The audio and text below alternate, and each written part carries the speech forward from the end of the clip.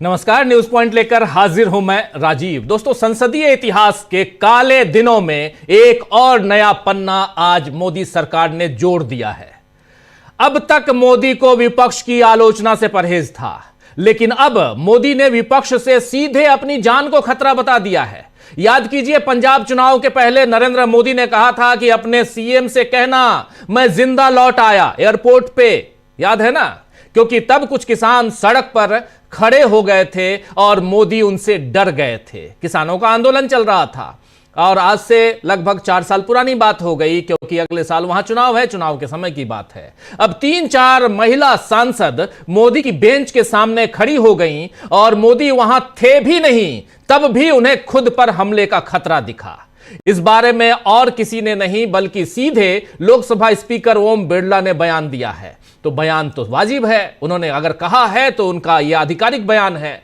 उन्होंने यानी ओम बिरला ने यह भी कहा है कि उन्होंने प्रधानमंत्री नरेंद्र मोदी को लोकसभा में न आने की सलाह दी थी, क्योंकि विपक्षी सांसदों और खासकर कांग्रेस के सदस्यों ने उनकी कुर्सी को घेर लिया था और हंगामा किया था। ओम बिरला ने कहा है कि ऐतिहासिक रूप से राजनीतिक असहमति को सदन के फ्लोर पर नहीं लाया जाता। मुझे विश्वसनीय जानकारी मिली थी कि कांग्रेस के कुछ सदस्य प्रधानमंत्री की सीट के पास जाकर कोई अप्रत्याशित घटना कर सकते थे। यदि ऐसा होता तो राष्ट्र की गरिमा को गंभीर क्षति होती, इसीलिए मैंने प्रधानमंत्री को संसद न आने की सलाह दी। इसके बाद बहुत सारे सवाल खड़े होते हैं, उस पर चर्चा करेंगे, लेकिन सुन लीजिए जरा जुबानी यहां ओम बिरला जी की जो बातें कह रहा हूं उसी को सुनिए जरा, इनकी जुबानी सुनिए। माननीय सदस्यगण,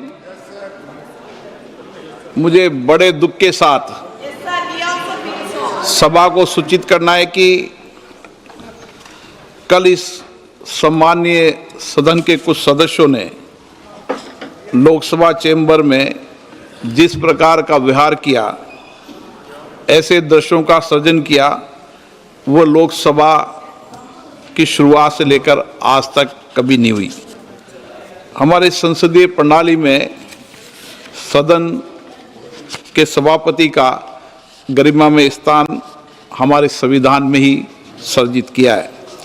आज तक इतिहास रहा है कि राजनीतिक मतभेदों को कभी भी सदन के कार्यालय तक नहीं लाया गया। प्रतिपक्ष के सदस्यों ने जो व्यवहार अध्यक्ष के कार्यालय में किया, वो हमारी संसदीय परंपराओं के लिए न उचित था, और तो मैं कहूँगा कि वह एक ब्लैक स्पॉट की तरह था। हम सबको सदन सुचारू रूप से चलाने में सहयोग करना चाहिए। इसके बाद जब सदन के नेता को सम्मानीय महामहिम राष्ट्रपति के अभिभाषण पर जवाब देना था, तो मेरे पास पुख्ता ऐसी जानकारी आई कि कांग्रेस पार्टी के कई सदस्य माननीय प्रधानमंत्री जी के आसन पर पहुंचकर कोई भी अप्रत्याशित घटना कर सकते थे। ये दृश्य मैंने सदन में देखा भी सही। अगर ये घटना हो जाती तो ये अत्यंत अप्रिय दृश्य देश के लोकतांत्रिक परंपराओं को तार-तार कर देता। इसको टालने के लिए मैंने माननीय प्रधानमंत्री से आग्रह किया कि उन्हें सदन में नहीं आना चाहिए, और सदन के सभापति होने के नाते मेरी जिम्मेदारी बनती थी कि सदन की उच्च परंपराओं, गरिमाओं को अक्षुण्ण बनाए रखें। सदन के नेता सदन में न बोले, ये सभा के लिए किसी प्रकार के लिए उचित नहीं है। सदन के नेता ने उपस्थित न रहकर मेरे आग्रह को मानकर सदन को अप्रिय दृश्य से बचाया। मैं माननीय प्रधानमंत्री जी को इसके लिए आभार व्यक्त करता हूं कि उन्होंने मेरे सुझाव को माना। आप पोस्टर, पंपलेट लेकर आएंगे तो सदन नहीं चलेगा। आज भी नहीं चलेगा, कल भी नहीं चलेगा। सदन की परंपराओं, गरिमा, सभागृह की गरिमा, परंपरा को रखो। कल की घटना देश ने देखी है, किस तरीके से महिला सदस्य वहां तक पहुंची है।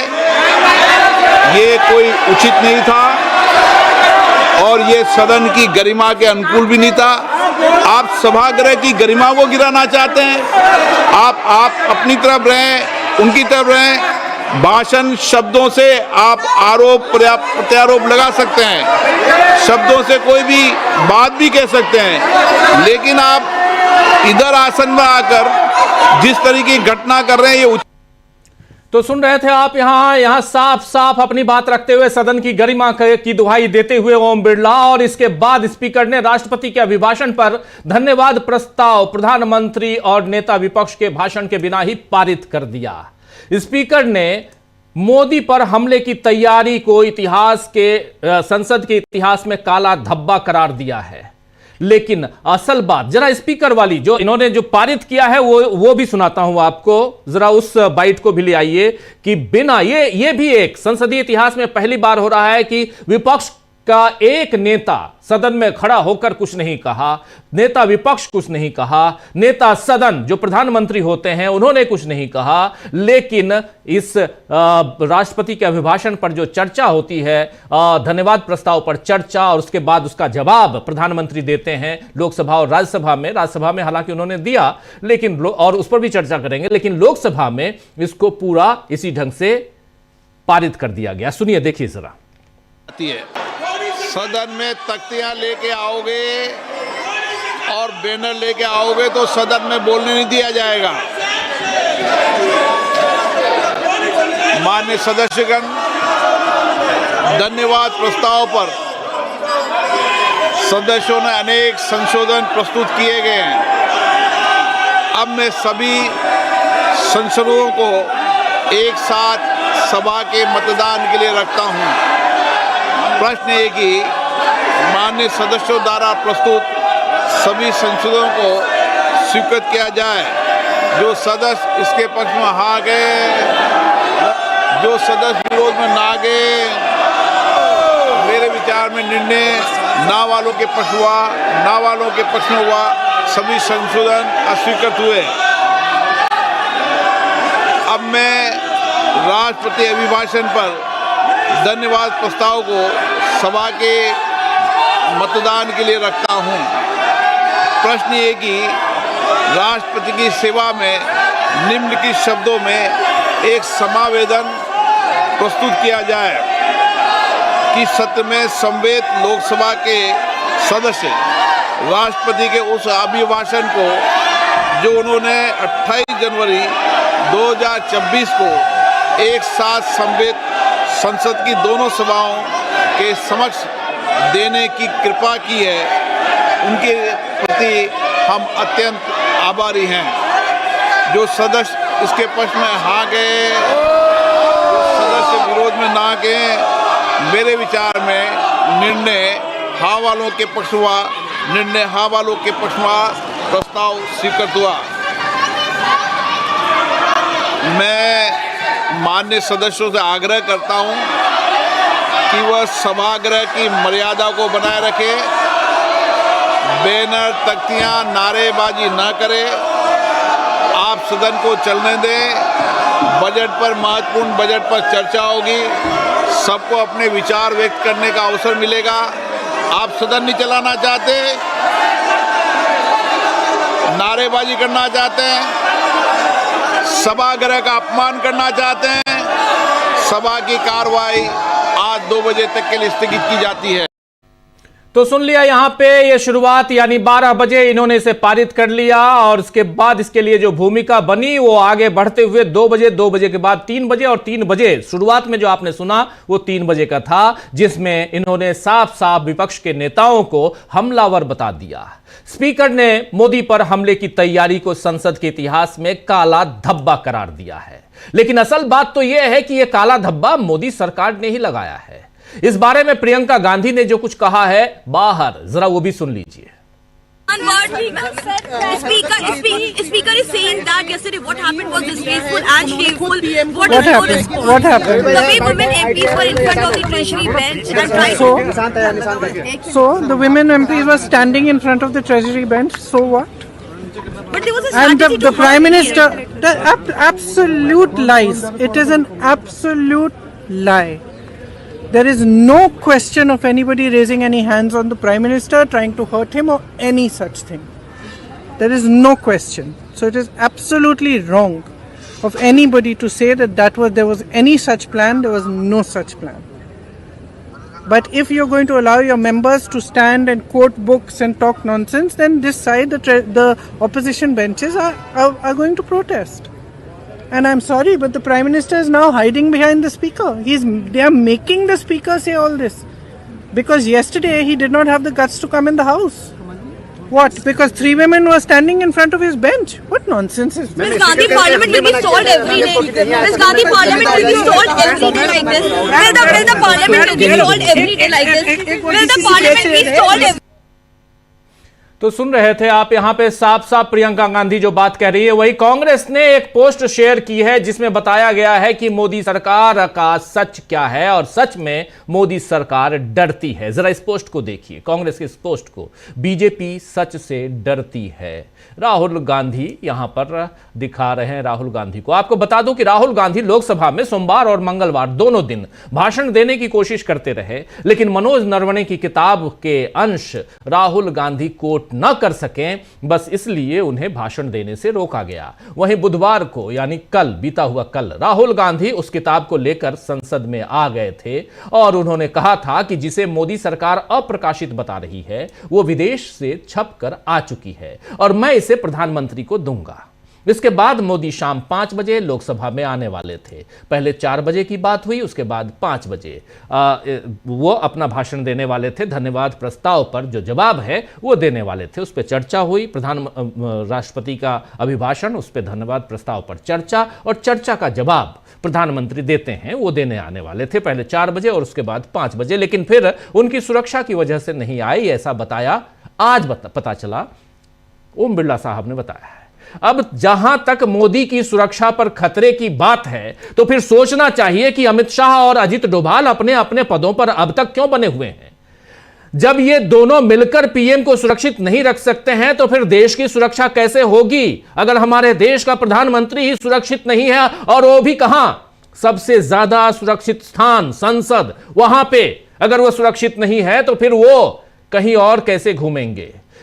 ओम बिरला ने कहा है कि उन्हें विश्वसनीय सूत्रों से जानकारी मिली है कि पीएम मोदी को खतरा है, इसलिए मैंने उन्हें आने से मना किया। लेकिन अब सवाल यह है कि क्या ओम बिरला के पास मार्शल नहीं थे जिनसे वो कथित तौर पर अराजकता फैलाने वाले कांग्रेस सांसदों को, विपक्ष के सांसदों को सदन से बाहर कर भेज सकते थे? ऐसे मार्शल नहीं है क्या?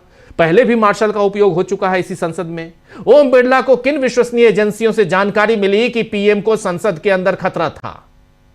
बताएं जरा। क्या अब सुरक्षा एजेंसियां डोभाल को और अमित शाह की जगह सीधे ओम बिरला को रिपोर्ट कर रही हैं?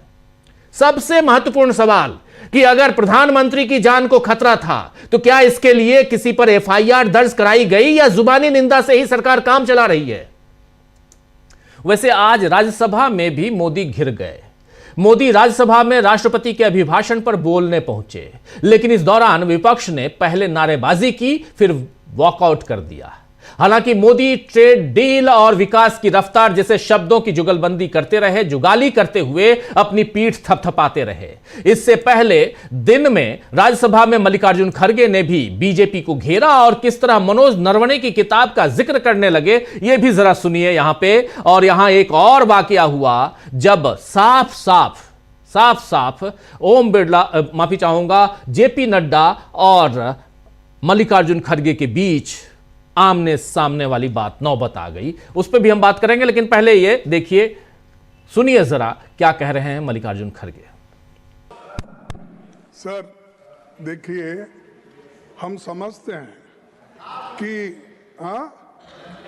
तुमसे भी ज्यादा समझते हैं। मेरा एक ही निवेदन आपसे है कि ये बार बार नेहरू जी को गालियां देना, इंदिरा जी को गालियां देना, अपोजिशन लीडर के लिए आपने जो शब्द उपयोग करे वो खंडनीय है।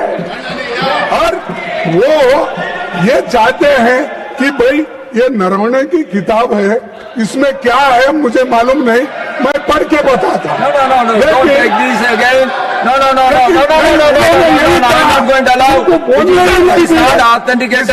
This is not authenticated. This is not approved by the Defense Ministry. America को बेचने वाले देश को प्रोटेस्ट करते हैं। Mic should be given to the honor.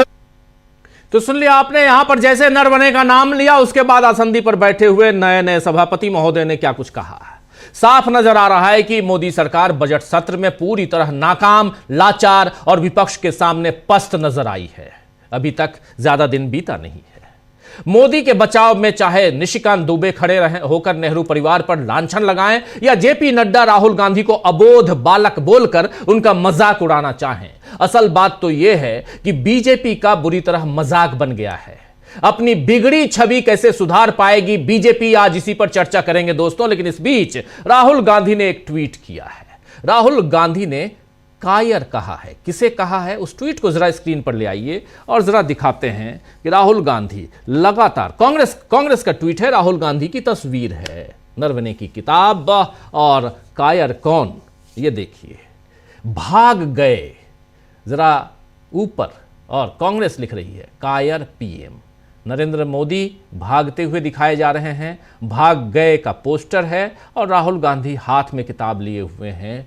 यहाँ एम नरवणे जो हमारे देश के पूर्व सेना अध्यक्ष रह चुके हैं, उनकी किताब। चलिए, आजाद भारत के इतिहास में यह पहली बार हो रहा है कि संसद में मोदी पर होने वाला था हमला। यह सवाल बड़ा सवाल है। इस सवाल के साथ बढ़ते हैं आगे।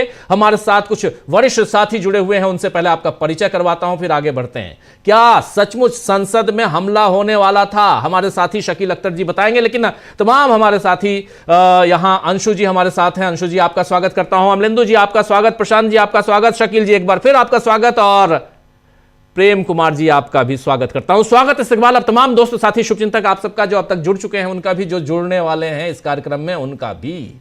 शकील जी क्या करवाते हैं आप? आपको भी बच के रहना होगा, संसद में जाते हैं आप और दोनों सदनों में आप जाते हैं, राज्यसभा भी लोकसभा भी। पूरी जिम्मेदारी देशबंधु टीवी लाइव की आपके ऊपर ही है। और क्या हो रहा है वहां पे? बहुत ही शर्मनाक। आज तक इतिहास में ऐसा कभी नहीं हुआ था। लोकसभा अध्यक्ष ने बोला, सूत्र इस्तेमाल नहीं किया उन्होंने शब्द, पुख्ता जानकारी मिली है। सूत्र शब्द का इस्तेमाल नहीं किया उन्होंने, पुख्ता जानकारी मिली है, विश्वसनीय जानकारी, पुख्ता विश्वसनीय पुख्ता जी।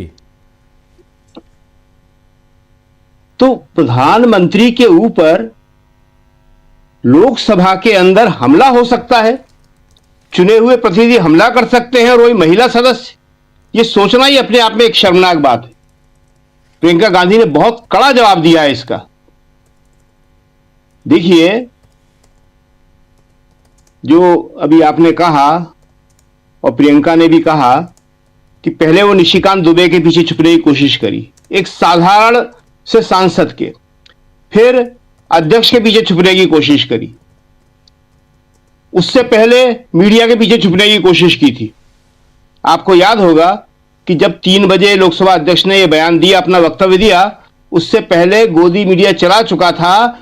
सूत्रों के हवाले से गोदी मीडिया ने चलाया था कि महिला सांसदों द्वारा कांग्रेस की प्रधानमंत्री पर हमला करने की योजना, ये चल गया था और बाद में उन्हें अपनी ये खबर वापस लेना पड़ी। उन्होंने खबर वापस ली। इससे ज्यादा शर्मनाक क्या हो सकता है? अभी आप कह रहे थे क्या मार्शल नहीं है? मार्शल वो तो पिछली बार सीआईएसएफ ले आए थे, दोनों सदनों में महिला सीआईएसएफ को भी तैनात कर दिया था उन्होंने।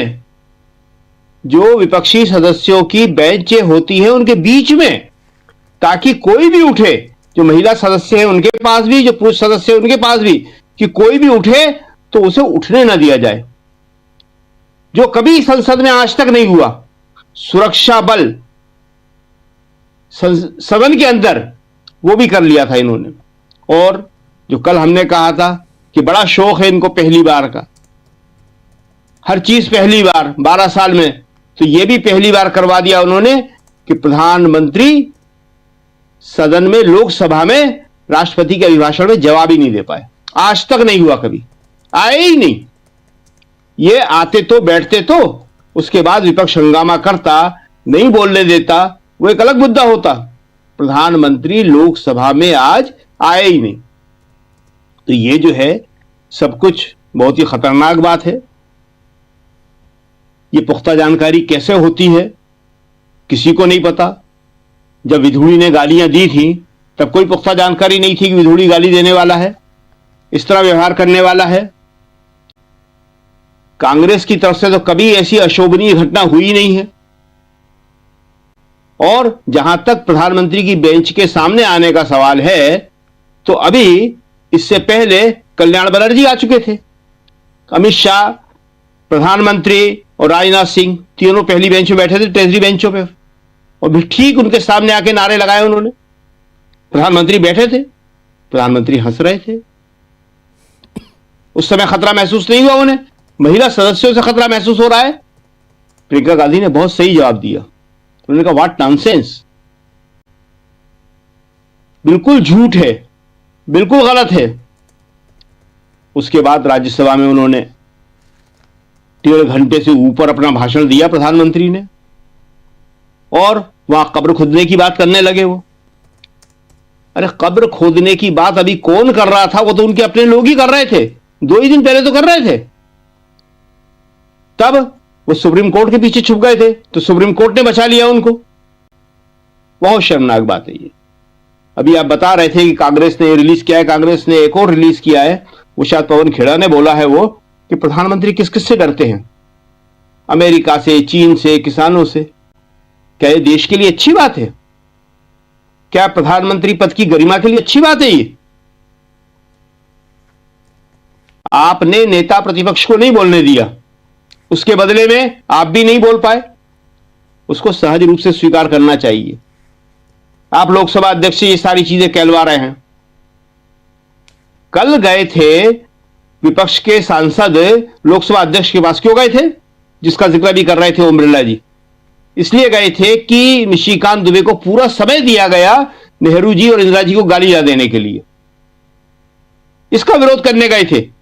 और अगर वो बात इतनी ही आपत्तिजनक थी, जब कोई आपत्तिजनक नहीं थी, बड़े आराम से वो लोग अपनी शिकायत कह रहे थे कि देखिए साहब ये बहुत गलत बात हो गई है, ये आपकी तरफ से उसको रोका नहीं गया, आपको खुद आना चाहिए था, आप नहीं आए, आपको मालूम था कि वो बोलने वाले हैं और आपने उन्हें बोलने का पूरा मौका दिलवा दिया। तो सामान्य बातें थी।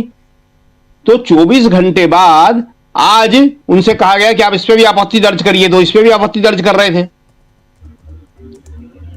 बहुत ही खराब स्थिति है ये जो है लोकसभा के लिए, राज्यसभा के लिए, पूरी संसद के लिए।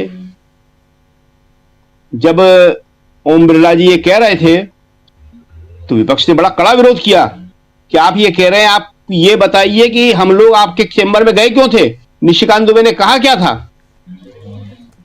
वो वेल में आने के लिए बिल्कुल तैयार था विपक्ष, बहुत गुस्से में था वो।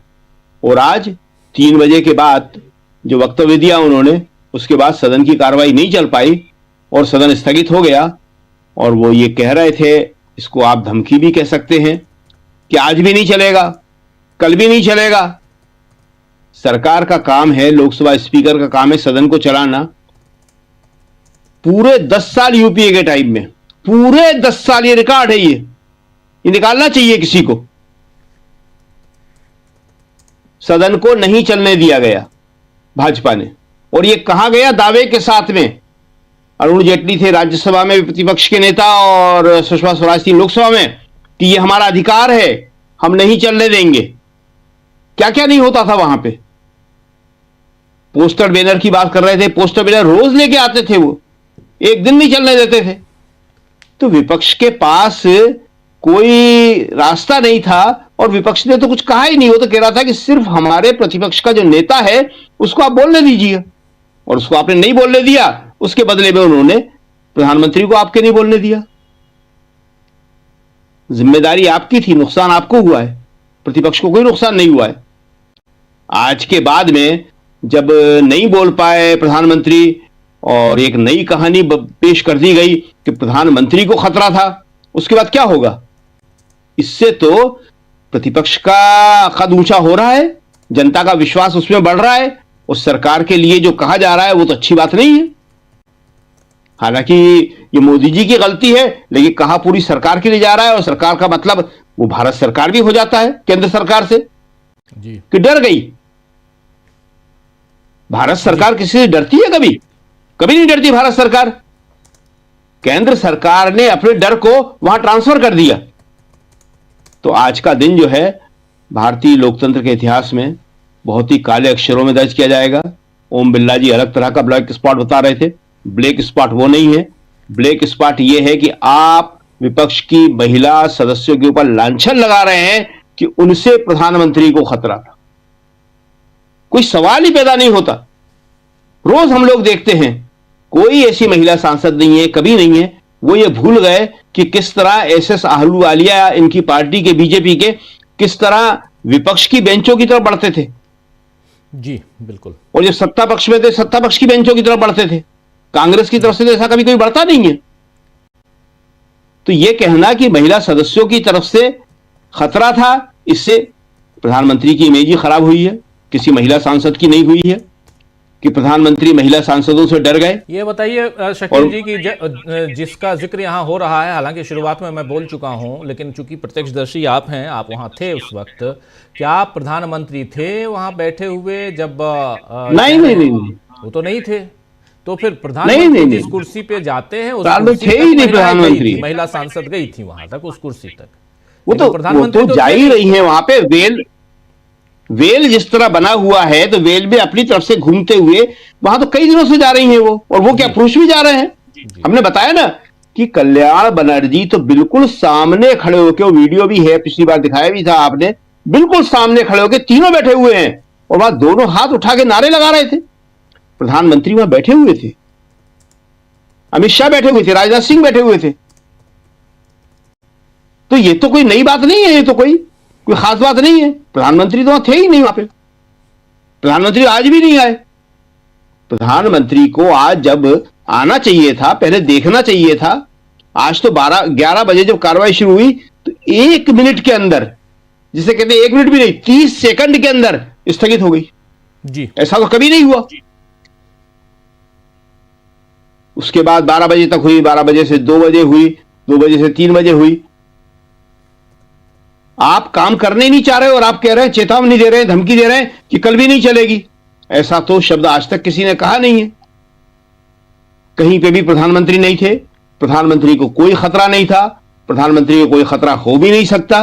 लोकसभा जैसी जगह में अगर प्रधानमंत्री को खतरा है तो हमारे पूरे संसदीय लोकतंत्र में सवाल खड़ा हो जाता है, हमारी पूरी सुरक्षा व्यवस्थाओं पर सवाल खड़ा हो जाता है। एक बात जो हम कहना नहीं चाहते मगर बोल देते हैं, जब से सीआईएसएफ को यह जिम्मेदारी दी गई है, चप्पे चप्पे पे संसद के सीआईएसएफ दिखती है।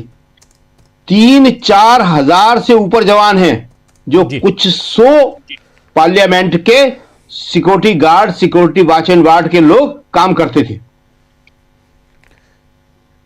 लोकसभा संसद के अंदर रूट लग जाता है, कभी रूट नहीं लगे। प्रधानमंत्री निकल रहे हैं, ठीक है, होम मिनिस्टर निकल रहे हैं, ठीक है, उपराष्ट्रपति निकल रहे हैं, रूट लग जाते हैं। रूट लगने का मतलब सबको अंदर कर दिया जाता है कमरों के, पूरी गैलरी खाली कर दी जाती है, कोई चल फिर नहीं सकता वहां पे।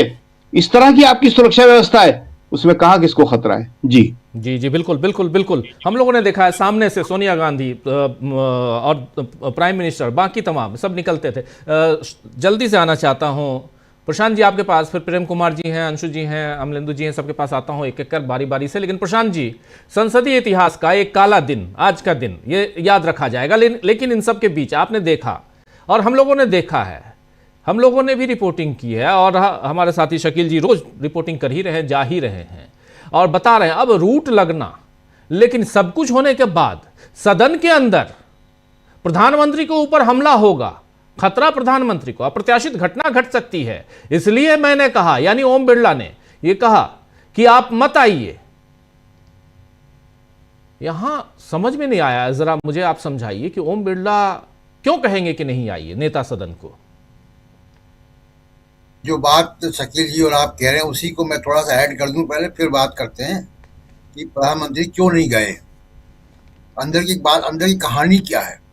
एक तो बहानेबाजी है, अंदर क्या हुआ है, क्यों नहीं गए। लेकिन संसद भवन और उसके अंदर जो चेंबर है उससे सुरक्षित तो कोई जगह है ही नहीं। आपको याद होगा राजीव जी, पहले के संसद ने प्रधानमंत्री का जो कार्यालय है वहां से कुछ चलना पड़ता है 1-2 मिनट लोकसभा जाने के लिए। अक्सर ये होता था, अक्सर, कि प्रधानमंत्री अटल बिहारी वाजपेयी या मनमोहन सिंह या उनके पहले के प्रधानमंत्री वो वहां से पैदल चल के जा रहे हैं, पत्रकार खड़े हुए हैं या कुछ एमपी खड़े हुए, रोक लेते हैं और कुछ थोड़ी 2-3 मिनट की बातचीत भी हो जाती है, हंसी मजाक भी हो जाता था। सेंट्रल हॉल में सारे प्राइम मिनिस्टर, मोदी जी नहीं जाते हैं, सेंट्रल हॉल में सारे प्राइम मिनिस्टर जाते थे, बैठते थे, चाय पीते थे वहां पे। कोई भी चला जाए सेंट्रल हॉल में जिसके पास पास है उसका। तो पार्लियामेंट तो एक बहुत डेमोक्रेटिक और लोकतांत्रिक जगह है और वहां केवल एसपीजी के अलावा कोई बिल्डिंग में अंदर कोई किसी का सुरक्षा गार्ड नहीं घुसता था। वो वॉच एंड वार्ड का पूरा एक इलाका होता था। तो वहां से ज्यादा सुरक्षित जगह कौन सी होगी? अब जरूरत यह है कि अब आप समझने की बात यह है कि ये क्यों बहानाबाजी बनानी पड़ी। साफ दिख रहा है कि बहानेबाजी, लेकिन ये बहानेबाजी क्यों बनानी पड़ी?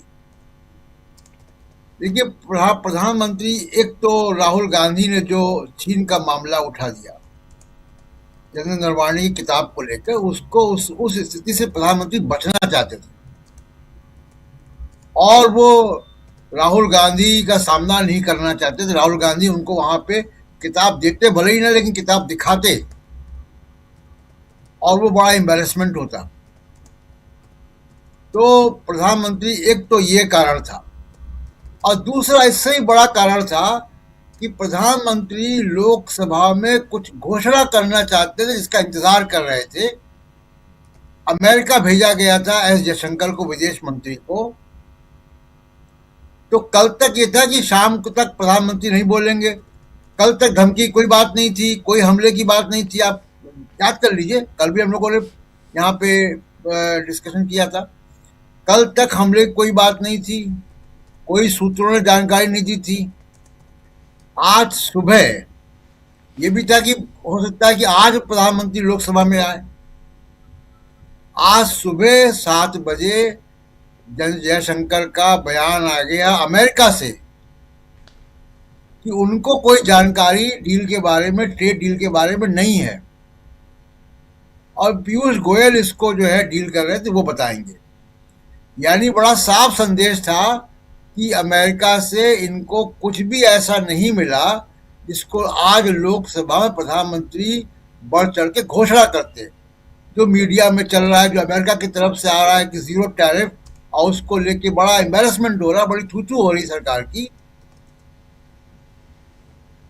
प्रधानमंत्री को अमेरिका से कोई संकेत नहीं मिला कि लोकसभा में वो कोई बड़ा बात कर सके। और जैसे जयशंकर का ये बयान आया, उसके कुछ घंटों के बाद ये आने लगा कि प्रधानमंत्री आज लोकसभा में भी नहीं बोलेंगे, राज्यसभा में बोलेंगे। वजह यह है कि लोकसभा में उनके पास ट्रंप के साथ डील करने पर कोई ये यूएस ट्रेड डील हुई है, उसमें कुछ घोषणा करने का था ही नहीं और अभी भी सिग्नेचर नहीं हुआ है उसमें।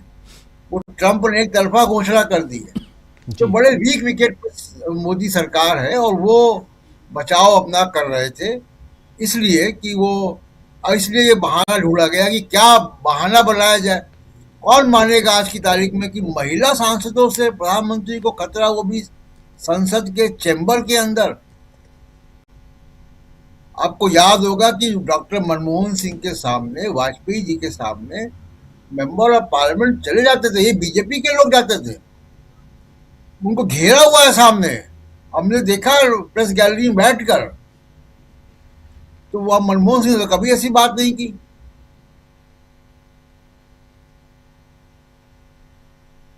जी प्रशांत जी का वीडियो शायद डाउन हो गया है, प्रशांत जी का, लेकिन कोई बात नहीं। यहाँ आना चाहता हूँ, आप जल्दी से लगभग अपनी बात पूरी रख चुके हैं। जल्दी से प्रेम कुमार जी, फिर आता हूँ अंशु जी आपके पास। प्रेम कुमार जी, आखिर ये खतरा और महिलाओं से मैं इसलिए अंशु जी के पास बाद में आ रहा हूं क्योंकि आप सबसे जरा सुन लो कि महिलाओं से कितना खतरा, और पुरुष हो या महिला हो कोई फर्क नहीं, सब बराबर हैं। लेकिन अंदर, और ये स्पेशली कहा जाना कि महिला सांसदों ने उनकी कुर्सी को घेर लिया था जहां बैठते हैं वो, और उसके बाद ये अपने आप में एक दुखद पहलू है। इसको दूसरे ढंग से सोचने की कोशिश करें हम लोग। जो कह रहे हैं यहां ओम बिरला जी, कहने से पहले कम से कम 10 बार सोचे होंगे, सोच समझ के ही बयान दिए होंगे, वक्तव्य इनका आया होगा, सेक्रेटेरिएट से ये सारे बयान जो हैं वो अप्रूव हुए होंगे, प्रधानमंत्री भी अप्रूव किए होंगे, उसके बाद ये बयान आया है। शकील जी मुस्कुरा रहे हैं, ऐसे ही हुआ होगा शकील जी? तो वहीं से अप्रूव हुआ है, वहीं से कहा गया है, कोई सेक्रेटेरिएट या लोकसभा अध्यक्ष के यहां से कुछ नहीं हुआ है। ऊपर से आदेश आया है कि आपको ये बयान देना है 3 बजे, और वहीं से लिखा हुआ आया है और वही का वही उन्होंने पढ़ दिया है। लेकिन सवाल ये उठता है प्रेम कुमार जी कि क्या यहां पे अब ऐसी परिपाटी, अब इसका चलन बिल्कुल बढ़ते हुए हम देखेंगे, पहली बात। दूसरी बात, लेकिन ये सीधे आरोप, और वो भी जान के खतरा का, इसको कैसे आप निगल पा रहे हैं क्या? देखिए राजीव जी, आज का इन दिनों संसद में ऑथेंटिकेट शब्द का बहुत इस्तेमाल हुआ, और वो जो एक दिन पहले से चल रहा था कि नरेंद्र मोदी भाषण नहीं दिए, तो क्यों नहीं दिए, किसके डर से नहीं दिए, तो उस बात को आज स्पीकर ने ऑथेंटिकेट किया। जो कि महिलाएं उन पर हमला करने वाली थी, उनको पुख्ता सूचना मिल गई थी, और इसलिए उन्होंने मोदी जी से आग्रह किया, और इसलिए मोदी जी ने आग्रह मान लिया, और वो बहुत आभारी हैं कि मोदी जी ने आग्रह मान लिया कि उनकी जान को खतरा है, इसलिए वो भाषण ना दें। ये स्पीकर ने ऑथेंटिकेट किया आधिकारिक रूप से। तब वो खबर जो मीडिया में सूत्रों के हवाले से चल रही थी, जिसका वो खबर जो कि कहीं से पुख्ता ना हो पाई, ना कभी हो पाएगी, वो स्पीकर के ऑथेंटिकेशन से एक तरह से पुख्ता हुई है, यानी पुख्ता किया गया है, जबरन किया गया है। अब आपका प्रश्न है कि इसको हम देखें कैसे?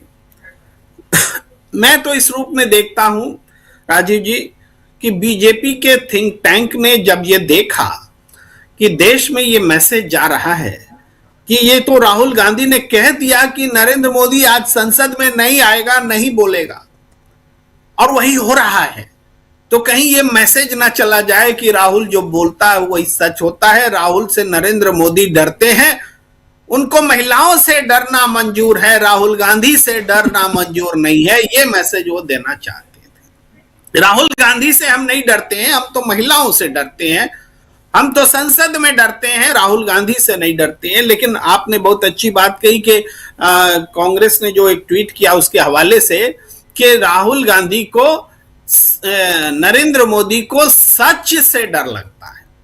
वास्तव में राहुल गांधी से थोड़े डर लगता है, राहुल गांधी ने अब नरवणे जी से थोड़े डर लगता है। नरवणे जी ने जो किताब में लिखा है, उस लिखी हुई बात जो कि सच है, उस सच से डर लगता है। उस सच को राहुल गांधी बोल न दे, इस बात से डर लगता है।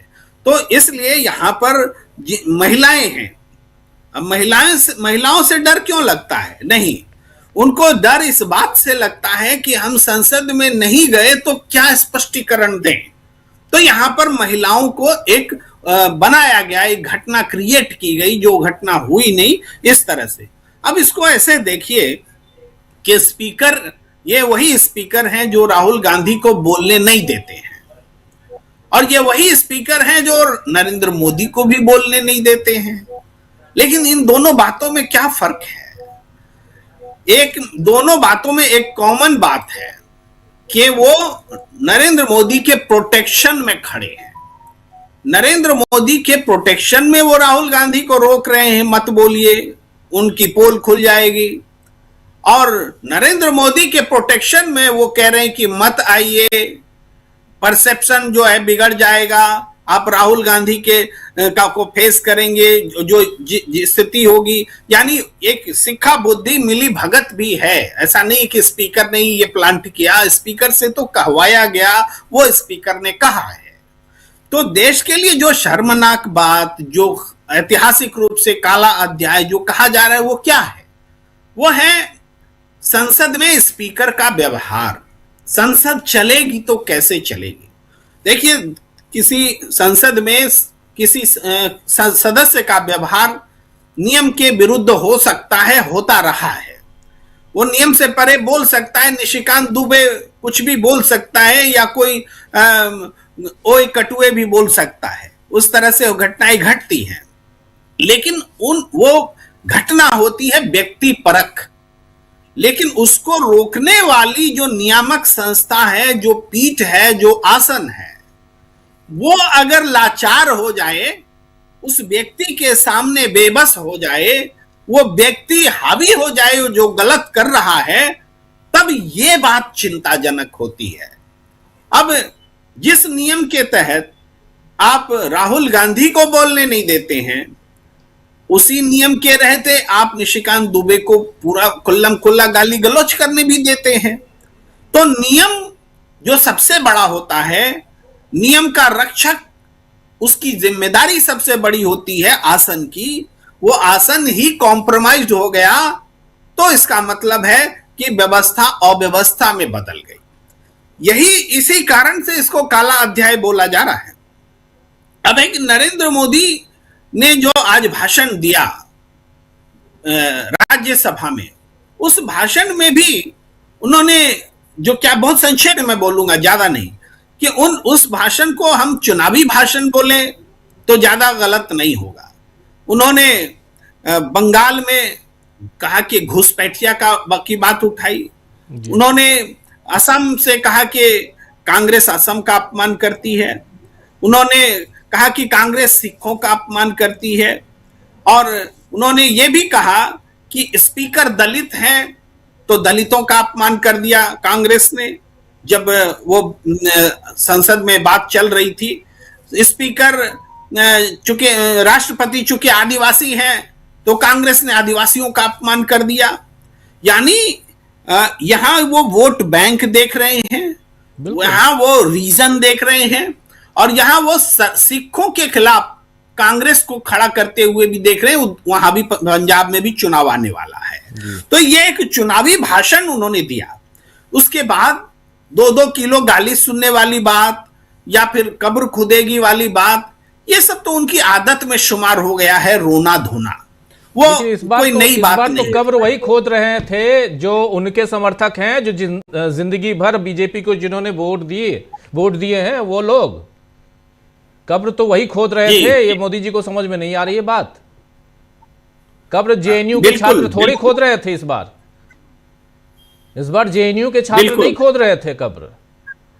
इस बार तो बीजेपी के वोटर्स कब्र खोद रहे हैं। भगवा, और इसलिए कह रहा हूं क्योंकि भगवा पटका लगाए हुए, भगवा शॉल लपेटे हुए, भगवा गमछा रखे हुए, सिर में भगवा पट्टी बांधे हुए, यही लोग कब्र खोद रहे थे और नाम लेके और जूते मार रहे थे मोदी और शाह के पोस्टर पे।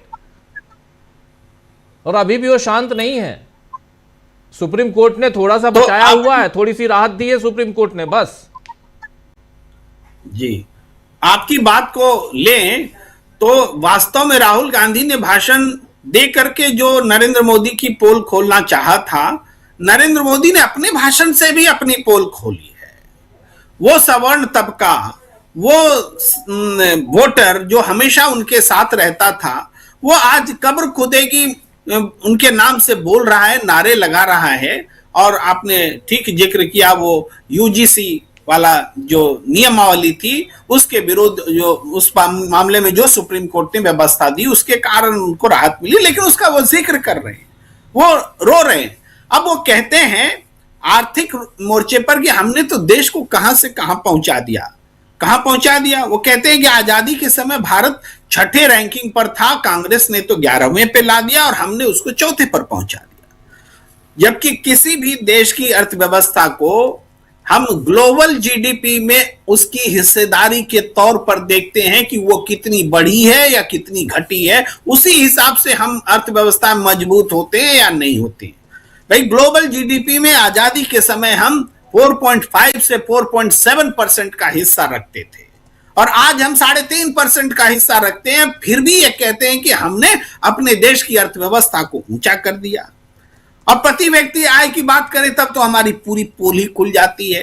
तो झूठे आंकड़े, झूठी दलील, रोना धोना और पूरे चुनावी भाषण करके विपक्ष पर हमला, ये उनके भाषण का लबो-लुआब है। और सब एक और इंपॉर्टेंट बात कि उन्होंने घुसपैठिया कहा, खास करके पंजाब के संदर्भ में, कि पश्चिम बंगाल में घुसपैठियों को बचाया जा रहा है, हर देश इसको हटाना चाहता है। आज देश में घुसपैठियों को चिन्हित करने या उसको देश से निकालने का कोई कार्यक्रम है क्या? मोदी सरकार के पास कोई कार्यक्रम है? नहीं है। वो एसआईआर को बता रहे हैं कि ये घुसपैठिया हटाने और चिन्हित करने का कार्यक्रम है, जो वास्तव में नहीं है। तो एसआईआर को इस रूप में उद्धृत करना ही पश्चिम बंगाल की चुनावी सियासत में दखल देने का काम है, जो संसद का दुरुपयोग करते हुए उन्होंने किया है, जो राष्ट्रपति पर अभिभाषण की चर्चा का जवाब देते हुए उन्होंने किया है। तो संसद ये एक तरह से ये स्क्रीन पे अभी ट्वीट किया राहुल गांधी ने, बस सवालों से इतनी घबराहट, मोदी जी सच्चाई से ऐसा डरे, झूठ की शरण ले ली, खैर जो उचित समझा वही किया। ये जो आखिरी लाइन है, यहीं से कहानी में ट्विस्ट है और यहीं से मोदी जी भाग रहे हैं, मोदी जी की सरकार भाग रही है। जहां ये प्रधानमंत्री का प बोलते थे राहुल गांधी, वहीं हंगामा, जहां नरवणे का ना बोलते थे वहीं हंगामा, जहां चीन का च बोलते थे वहीं हंगामा, लेकिन सबसे बड़ी बात, जो उचित समझा वही किया। प्रेम कुमार जी अपनी बात पूरी कीजिए, फिर अंशु जी के पास आता हूं। प्रेम कुमार जी। तो मैं वहीं पर कंक्लूड ही कर रहा हूं। तो पश्चिम बंगाल में घुसपैठियों को लेकर के जो उन्होंने कहा, वो एसआईआर से जोड़ के राजनीति जो है उसको बढ़ानी है, उस हिसाब से उन्होंने कहा। और अभी जो उचित समझा वो किया, वो वास्तव में वो वही बात है जो नरवणे जी की किताब में है, जो नरेंद्र मोदी की भाषा है, उसको ही राहुल गांधी ने पलट कर दिया है। और ये जो झूठ की शरण ले ली जो बात है, वो झूठ महिलाओं से जो डर लगा है वही झूठ के बारे में इशारा है। और सच्चाई से वो डर रहे हैं। राहुल गांधी कह रहे हैं आप सच्चाई से डर रहे हैं, वो सच्चाई जो राहुल गांधी लाने वाले थे और झूठ की शरण ली है, यानी महिलाओं से खतरा का जो झूठ है, झूठा आडंबर है, उसकी शरण ली है। और सवालों से आप डर रहे हैं, इस बात को राहुल गांधी ने 4 लाइन में पूरी राजनीतिक तस्वीर रख दी है। जी बिल्कुल आप सही कह रहे हैं। अंशु जी आपके पास आना चाहता हूं। और यहां महिलाओं से डर, महिला हो या पुरुष हो, मेरे लिए मायने नहीं रखता, मैं बहुत अदब के साथ कह रहा हूं, क्योंकि संसद में भागीदारी महिलाओं की भी उतनी ही है, होनी चाहिए। एक तो आरक्षण की व्यवस्था जो की गई थी, करने की कोशिश की गई थी, अभी तक लागू नहीं है, लेकिन फिर भी मैं कहूंगा कि अगर महिलाओं से डर है तो यह और अच्छी बात है। महिलाओं के सशक्तिकरण का एक और ये मौका दिखाया गया है कि चलिए देखिए, हमारे देश के प्रधानमंत्री महिलाओं से डर रहे हैं। ये सशक्त भारत का एक ये तारीफ तो मोदी जी की करनी पड़ेगी ना अंशु जी, कि इस देश में महिलाओं को मोदी जी ने इतना सशक्त कर दिया कि आज महिलाओं से ही डर के भाग रहे हैं नरेंद्र मोदी। ये आप कह सकती हैं, ये आपकी तरफ से मैं कह रहा हूं, ये आप कह सकती हैं। लेकिन सवाल यहां पर दूसरा है। दूसरा सवाल ये है कि आखिर नरेंद्र मोदी या उनकी सरकार, इन सब चीजों से उनको ये बात समझ में नहीं आ रही कि एक्सपोज हो रहे हैं वो। और इस वक्त जब आपको, अब क्या था, आप नरवणे की किताब का जिक्र कितना करना चाहते थे राहुल गांधी, एक छोटा सा हिस्सा, उसको लेकर आपने इतना बवाल मचा दिया कि अब पूरी दुनिया जान रही है, उस किताब को खोज रही है। ऐसा तो है नहीं कि किताब छपी नहीं, किताब छपी है, उसका विमोचन नहीं हुआ है, किताब तो छपी है। पेंगुइन ने छापा है उस किताब को, दुनिया के दूसरे देशों में उसको बेचा भी है, अमेज़न ने भी शुरुआती दिनों में बेचा है। इसलिए यहां आपको क्या लगता है कि क्या एक जो रेस्पेक्ट है प्रधानमंत्री की कुर्सी का, अब वो भी जा रहा है? ये सवाल पूछूं तो कैसे कहेंगी इसको आप? बिल्कुल, ये जो पूरा प्रकरण हुआ है वो केवल जिसे कहा जाए कि सरकार के शीर्ष पर हैं, प्रधानमंत्री जो कहा जाए कि पूरी सरकार को रिप्रेजेंट करते हैं पार्लियामेंट में, उनकी एक भय को, उनकी कायरता को और सच्चाई का सामना न करने की जो एक भीरू प्रवृत्ति है, डरने की प्रवृत्ति है, को दर्शाता है। और ये तो और भी कायरतापूर्ण कहूंगी कि उन्होंने जो बहाना बनाया वो महिला सांसदों का बनाया कि सांसदों से उन्हें डर था। और बिल्कुल ठीक कह रहे थे इससे पहले के प्रवक्ता कि वक्ता जो पर्कुलेट होता है ऊपर से ही होता है कि क्या कहना है। ओम बिरला जी ने कहा कि महिलाओं से डर था, इसकी पुख्ता जानकारी थी जी। उनका ये कहना था कि महिला से उनको डर था और ये वजह थी कि आग्रह किया कि वो ना आए। पर ये कितना हास्यास्पद है। आप ये जानिए कि विरोध करने को अब साजिश करना ठहरा दिया जा रहा है, और वो भी महिला सांसदों को। और जो अपराध हुआ भी नहीं उसके लिए उनको ठहराया जा रहा है। महिला सांसदों ने ऐसा कुछ किया भी नहीं था, और न ही प्रधानमंत्री वहां खुद मौके पर मौजूद थे, और न ही उनकी ऐसी कोई इंटेंशन थी। तो क्या लोकतंत्र में विरोध करना भी अब साजिश कहलाएगा? और जहां तक मैं बात की जो ये महिला सांसद की, मैं कहूंगी कि गरिमा गई इस पूरे पे। अंशु जी आपको रोकना चाहूंगा। अंशु जी आपका वीडियो डाउन हो रहा है। मैं ये रिक्वेस्ट करूंगा कि एक बार आप रिकनेक्ट कीजिए। आपकी बात जो है बहुत और स्पेशली आज मैं आपको सुनना चाह रहा हूं इस प्रोग्राम में, क्योंकि महिला सांसदों के ऊपर प्रियंका गांधी ने भी बाहर बहुत ही शानदार कहा था, जिसको सुनाया भी था। आप प्लीज रिकनेक्ट कीजिए। तब तक अमलेंदु जी आपके पास आना चाहता हूं। अमलेंदु जी, इस पूरे प्रकरण को लगातार आप फॉलो कर रहे हैं। सुबह 12 बजे से आप और समीर जी लाइव भी कर रहे हैं इस पूरे तमाम मसलों को लेकर। कैसे आप देखते हैं 3 बजे से पहले कुछ और, 12 बजे आप बिना आए हुए पारित करवा देते हैं, 3 बजे फिर यहां पर अंशु जी जुड़ गए। अंशु जी के पास ही आता हूं। अंशु जी प्लीज अपनी बात। मैं ये कह रही हूं कि जी इस पूरे प्रकरण में महिला सांसदों को बुरी तरह से अपमानित किया गया है, मैं तो ये कहूंगी, क्योंकि वो किसी के रहमो करम पर यहां संसद में नहीं आई हैं। वो चुनी निधि अपने क्षेत्र का प्रतिनिधित्व करती हैं, लाखों लोगों का करती, और एक जितनी सांसद हमारे प्रधानमंत्री की है वो भी एक सांसद ही है, उतनी ही नहीं की है। आपने उन्हें एक अपराधी के तौर पर दिखा रहे हैं। ना तो प्रधानमंत्री वहां थे, ना महिला सांसदों ने ऐसा कुछ किया, और ना ही उनकी ऐसी कोई इंटेंशन थी। तो आप उनकी गरिमा को गिराने कर रहे हैं, उनको अपराधी बताने का काम कर रहे हैं। तो कितना महिलाओं का कहीं छिपा नहीं है। जब आप महिला सांसदों को या महिला नेताओं को लेकर तमाम तरह की टिप्पणियां करते हैं, सोनिया गांधी जी को लेकर सभी तमाम टिप्पणियां करते हैं, जर्सी गाय कहते हैं, किन्हीं की पत्नी को आप 50 करोड़ की गर्लफ्रेंड बताते हैं, और इतना ही नहीं, संसद में भी महिलाओं का अपमान कर इनको श्रेय प्राप्त है। जब इन्होंने कांग्रेस के सांसद रेणुका चौधरी जी के कहा था कि उनकी हंसी सुनो सूर्पनखा की याद आ जाती है। महिलाओं का सम्मान कैसे करना है ये खुद नहीं जानते। डर लगा तो ये इनको बिल्कुल सही डर लगा होगा कि ये जब देश इतने फैसले ले रहे थे, राहुल गांधी ने जिस तरह से वो किताब का हवाला दिया था, सवाल इनसे पूछा, और ट्रेड डील में जिस तरीके से इतनी खराब डील इन्होंने की, जिसमें कि अगर कहा जाए कि जो देश की पूरी अभी तक कहा जाए कि एक सॉवरेनिटी को, अब जो फैसला लेने की क्षमता है उसको इन्होंने ताक पर रख दिया। यानी कि 0 पर जो है वो टैरिफ स्वीकार कर लिया गया कि जो अंशु जी प्लीज आप रिकनेक्ट कीजिए। बहुत डाउन जा रहा है, लेकिन अमलेंदु जी प्लीज अपनी बात।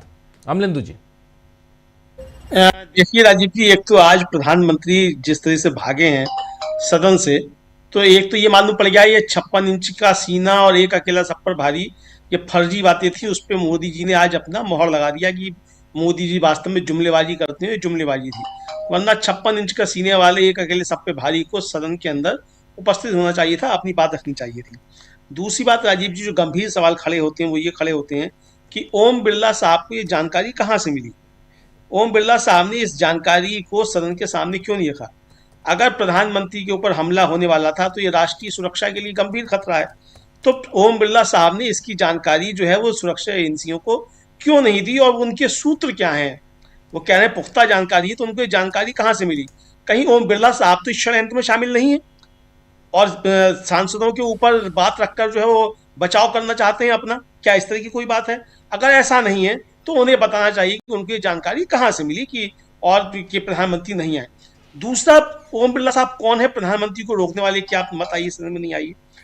सदन की सुरक्षा की जिम्मेदारी ओम बिरला साहब की है। अगर प्रधानमंत्री सुरक्षित नहीं है सदन के अंदर राजीव जी, तो सुरक्षित कौन है? 543 सांसद किस तरीके से सुरक्षित है? फिर अगर प्रधानमंत्री के ऊपर हमला हो सकता है, फिर तो किसी के ऊपर भी हमला हो सकता है। और राजीव जी, ये एक और भी संकेत है और उसको बिटवीन द लाइंस पढ़ना चाहिए। मैं समझता हूं कि ये संकेत है कि राहुल गांधी जी, कल हम आपके ऊपर हमला कर सकते हैं। ये संकेत दिया गया है ओम बिरला साहब की इस वक्तव्य के जरिए। आपको याद होगा पिछली लोकसभा में कुछ महिला सांसदों ने बीजेपी ने आरोप लगाया था राहुल गांधी थे वो आंख मार रहे थे। बाद में वो जो थे फर्जी निकली बातें, वो डाले गए थे सीसीटीवी कैमरे, वो सारी बातें। आपकी आवाज थोड़ी दब रही है, थोड़ा आगे आ जाइए जी। जी, तो ये राजीव जी, इसका मतलब साफ तौर पर ये एक संकेत भी है कि राहुल गांधी जी आपके ऊपर भी हम हमला कर सकते हैं, आप तैयार रहिएगा। ये एक संकेत जो दिया गया है। कल जिस तरीके से निशिकांत दुबे ने अशोभनीय शब्दों का इस्तेमाल किया, आसंदी की तरफ से उनको रोका नहीं गया और वो अपनी सारी बातें कहते रहे, उससे ये साफ तौर पर संकेत दे दिया गया कि हाँ, अब सत्ता पक्ष जो है वो सदन के अंदर ये सब कर सकता है। तो मुझे लगता है कि उसकी एक पूर्व पीठिका जो है वो तैयार की गई है कि कल जो है सदन के अंदर विपक्षी सांसदों के ऊपर बीजेपी के सदस्य जो हैं वो हमला करें। मुझे लगता है कि इस तरीके की एक भूमिका तैयार की जा रही है। अगर ऐसा नहीं हो, मैं चाहता हूं कि ऐसा ना भी हो, ये जो है इस तरह की चीज ना हो, और लेकिन अगर ऐसा कुछ है तो ये वास्तव में बहुत ज्यादा शर्म की बात होगी। लेकिन पूरी दुनिया के सामने आज भारत को बेइज्जत करा दिया है ओम बिरला ने लोकसभा के अंदर इस तरह की बातें करके। चूंकि ये ओम बिरला साहब जो बोल रहे थे वो केवल राजीव जी संसद नहीं सुन रही थी, वो केवल देश नहीं सुन रहा था, ये पूरी दुनिया सुन रही है कि इतना कमजोर प्रधानमंत्री जो संसद से भाग जाता है, सांसदों का सामना नहीं कर पाता, वो सदन में नहीं आने के लिए क्या बहाना बनाता है। और राजीव जी, महिला सांसदों की सारी दुनिया में जो है बेइज्जती करवाई है ओम बिरला ने। मुझे लगता है कि विपक्ष की जो महिला सांसद हैं उनको एक अब वास्तव में ओम बिरला के खिलाफ लेकर आना चाहिए प्रस्ताव कि इन्होंने अपमान किया है और उस पर वोटिंग हो, उस पर चर्चा कराई जाए। वरना ओम बिरला साहब जो हैं ऑथेंटिकेट करें कि उनको कहां से जानकारी मिली कोई हमला करने वाला है। जब आप सबसे कह रहे हैं कि ऑथेंटिकेट कीजिए, तो आप अगर कोई बात सदन के अंदर रख रहे हैं तो आप कैसे बिना ऑथेंटिकेट किए हुए निकल जाएंगे? सदन में आप स्पीकर हैं तो इसका मतलब ये नहीं है कि आप अनऑथेंटिकेट कुछ भी बोलकर निकल जाएंगे। अगर आप संसद के सदस्यों से कह रहे हैं कि ऑथेंटिकेट कीजिए, तो ऑथेंटिकेट तो बिरला साहब आपको भी करना पड़ेगा। और ज्ञानेश कुमार जी के शब्दों में कहें तो या तो हलफनामा देना होगा या राष्ट्र से माफी मांगनी होगी, तीसरा कोई विकल्प नहीं है ओम बिरला साहब। जी जी, ऑथेंटिकेट करना पड़ेगा, वरना राष्ट्र से माफी मांगनी पड़ेगी। तो ये राजीव जी, ओम बिरला साहब से मुझे लगता है कि विपक्ष के सांसद कल जब चले तो सबसे पहले यही करें कि ओम बिरला साहब या तो ऑथेंटिकेट करो, वरना राष्ट्र से माफी मांगो, तीसरा कोई विकल्प नहीं। जी, तीसरा विकल्प नहीं। यहाँ पे जरा समझें अच्छे से, लेकिन पहले अंशु जी आप अपनी बात आगे बढ़ाइए। अंशु जी। बिल्कुल, मैं यही कह रही थी कि महिला सांसदों का यहाँ पर अपमान किया गया है और सही में कहां से उनको ये जानकारी थी कि महिला सांसद हमला कर सकती थी? क्या विरोध प्रकट करना है कोई साजिश है? और महिला सांसदों को लेकर इस तरह की टिप्पणी की गई, उनको एक तरह से बिना कोई अपराध किए अपराधी बताने की कोशिश की गई, जबकि वो सम्मानित सांसद है, अपने अपने क्षेत्रों का प्रतिनिधित्व करती हैं। जितने सांसद के रूप में समान अगर प्रधानमंत्री हैं तो उतने ही हक जो है महिला सांसदों के भी हैं। और किस तरह से वो खुद महिलाओं का सम्मान करते हैं, ये सबने देखा है कि जब उन्होंने रेणुका चौधरी को कहा कि वो शूर्पणखा की हंसी हंसती हैं, या वो सोनिया गांधी जी के लिए जर्सी गाय का प्रयोग करते हैं, या फिर वो किन्हीं की पत्नी को 50 करोड़ की गर्लफ्रेंड कहते हैं, तो ये तो देखते हैं कि वो महिलाओं का कैसे सम्मान करते हैं। तो अगर उनको महिलाओं से डर था तो उनको डर होना, लेकिन महिलाओं की सांसदों की कोई ऐसी इंटेंशन होगी, मैं पूरे एक दावे के साथ कि नहीं ऐसा कुछ वहां होना होगा जो प्रियंका गांधी जी ने भी कहा। क्या विरोध करना भी अब इस देश में साजिश माना जाएगा? तो ये सिर्फ एक बहाना था इन बातों को छुपाने के लिए और इन चीजों को ढकने के लिए।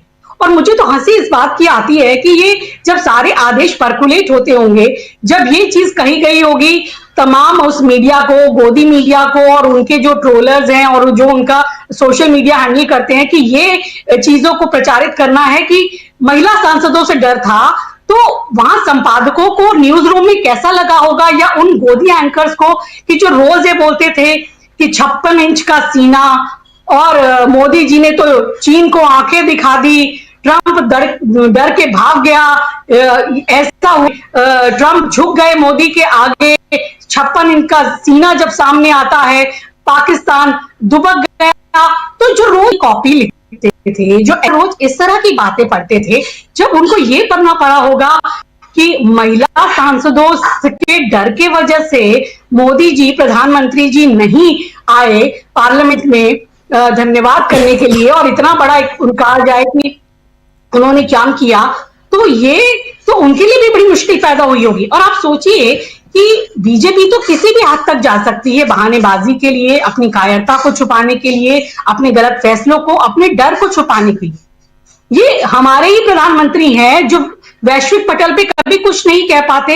अमेरिका इनके साथ जो मर्जी करता रहे, जो डील करता रहे, आपको 0% टैरिफ पर अपना सामान लेने के मजबूर करता रहे, $500 बिलियन दस्तिया आपके साथ सौदा करने के लिए आपको मजबूर करे, पर ये एक बात भी नहीं कहेंगे।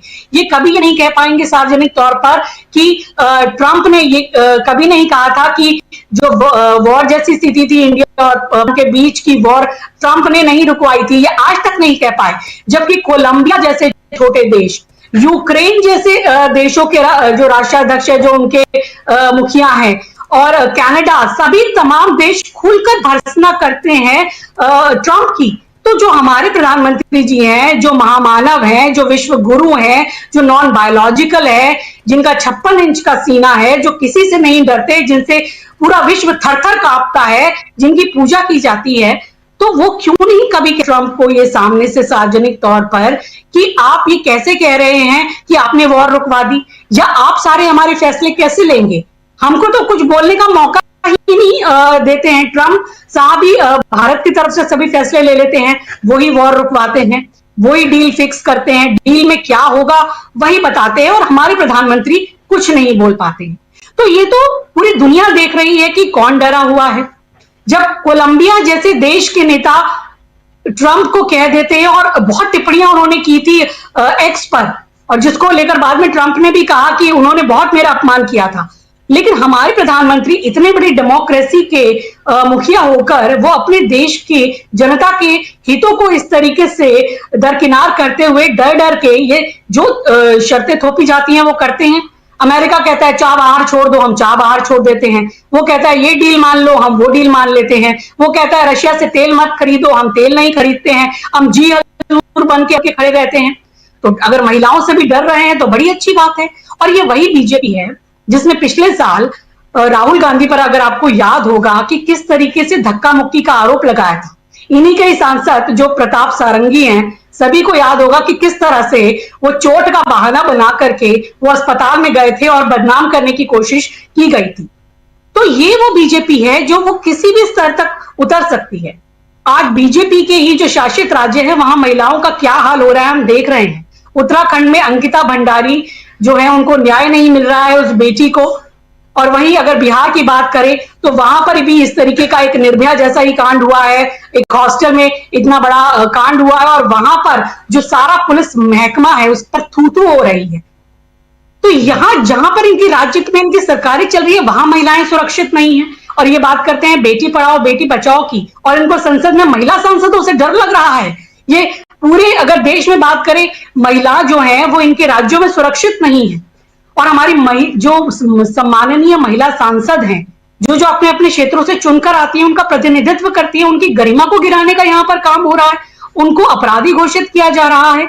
ये बिल्कुल सही कहा, ये सवाल उठाना चाहिए और शिकायत करनी चाहिए, और बिल्कुल एक ऑफिशियल वे में इन महिला सांसदों को शिकायत करनी चाहिए कि हम पर इस तरह का आरोप आखिर कैसे मढ़ा जा रहा है। क्या विरोध करना अब इस देश में साजिश करना हो गया है? और अगर महिलाओं से वाकई डर लगता है, मोदी जी को तो डर लगना चाहिए, इनको तो डर ट्रंप से भी लगता है, इनको डर चाइना से भी लगता है, क्योंकि चाइना के साथ तो मोदी जी ऐसा नहीं कर पाते कि उनको अपनी सारी डील स्वीकार करवा ले, लेकिन भारत के साथ ऐसा होता है कि वो सारी डील उनको स्वीकार करा लेते हैं। तो डर किसको वास्तव में लगता है ये पता है। और ममता बनर्जी जिस तरीके से एसआईआर पर खुद अगर वो जाकर सुप्रीम कोर्ट में पेश होकर सारी बातें रख सकती हैं और पूरा देश उनको वो लाइव सुन सकता है, तो सब ये जान रहे हैं कि किस तरह बीजेपी लोकतंत्र में वोटरों का भी अधिकार छीनने पे लगी है। और एक महिला जो मुख्यमंत्री है अपने वोटर्स के लिए, अपनी राज्य की जनता के लिए कुछ भी कर सकती हैं। वाकई उनके पास लॉ की असली डिग्री है, इसलिए वो कोर्ट में जाकर अपने राज्य के नागरिकों के लिए, उनके हकों के लिए बात कर सकती है और कोर्ट उनको सुनता भी है और नोटिस भी जारी किया जाता है चुनाव आयोग को।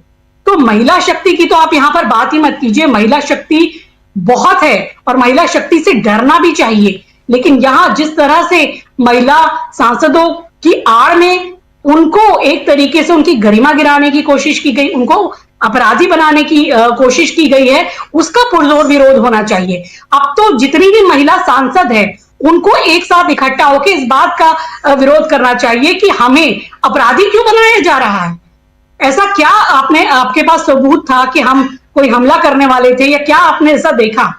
और जो सबसे सुरक्षित जगह है पार्लियामेंट, वहां पर जो हमारे देश के सबसे बड़े मुखिया है प्रधानमंत्री जी, उनको डर था, वो भी महिलाओं से, महिला सांसदों से। तो इससे बड़ा हास्यास्पद बहाना और क्या हो सकता है? दरअसल उनको डर यही था कि डील के बारे में सवाल होंगे, जो नरवणे जी की किताब जो है जिनको राहुल गांधी ने रखा था, बात करनी चाहिए थी, उस पर सवाल होंगे। और ये तो सबने देखा कि किस तरह से पूरा एक पक्षपाती रवैया रहता है। वही अगर क्या हो जाता, अगर राहुल गांधी वो जो किताब, जबकि वो पब्लिश भी हो गई, विदेश में वो बिक भी रही है, और खुद अगर नरवणे जी ने अगर ऐसा नहीं होता तो उन्होंने तो कोई नहीं खंडन किया कि नहीं किताब में ऐसा नहीं है या ऐसी कोई बात नहीं है, तो वो तो ऑथेंटिकेट है ही अपने आप में।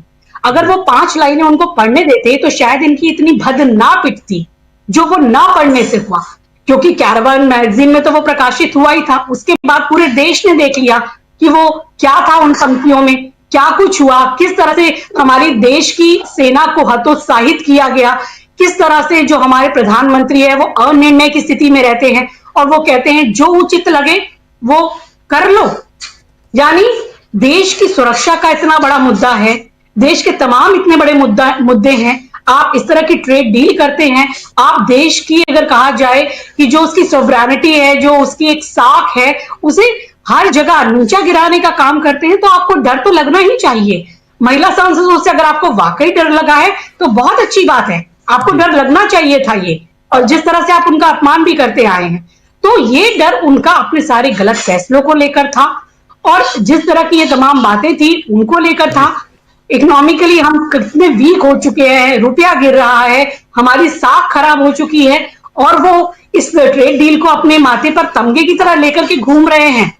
उनको वाकई इस पर उनको शर्म ही आनी चाहिए, मैं तो कहूंगी। और शायद यही वजह थी कि वो सामना नहीं कर सकते थे और उन्होंने ढाल बनाया महिला सांसदों को।